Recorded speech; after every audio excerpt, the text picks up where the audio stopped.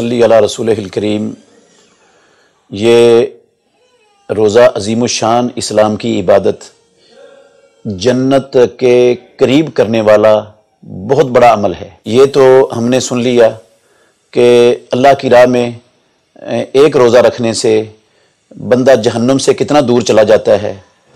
اور اللہ کی راہ میں اس میں کوئی شک نہیں ہے کہ یہ جہاد فی سبیل اللہ کے میدان میں روزوں کی بات ہے۔ مگر یہ بھی ظاہر ہے ان احادیث سے کہ جو روزہ صرف اللہ رب العالمین کی خوشنودی اور اس کی رضا کے لیے رکھا جائے، اور امام الانبیاء محمد الرسول اللہ صلی اللہ علیہ وسلم کے فرامین کے مطابق آپ کی سنت کے تابع ہو کر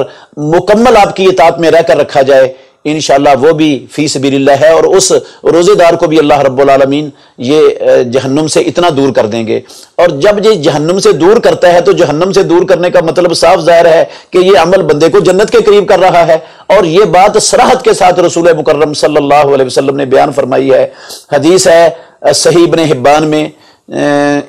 صحیح سند کے ساتھ، حضرت ابو امامہ سدی بن اجلان رضی اللہ تعالیٰ عنہ بیان کرتے ہیں کہ رسول مکرم صلی اللہ علیہ وسلم کے پاس ایک شخص آیا، اس نے کہا دلنی علی عمل ادخل بہ الجنہ،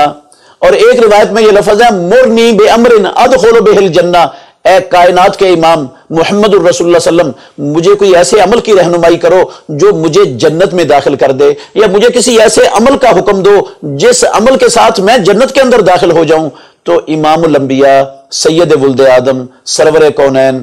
ناطق وحی محمد الرسول اللہ صلی اللہ علیہ وسلم نے فرمایا علیک بالصوم فإنہ لا مثل لہ، اے سوال کرنے والے روزے کو لازم پکڑ لے، روزے کی عبادت کو اہم سمجھ لے، اس کو چمٹ جا۔ فإنہ لا مثل لہ، روزے جیسا کوئی عمل جنت میں داخل کرنے والا نہیں ہے، اس کی کوئی مثال ہی نہیں ہے۔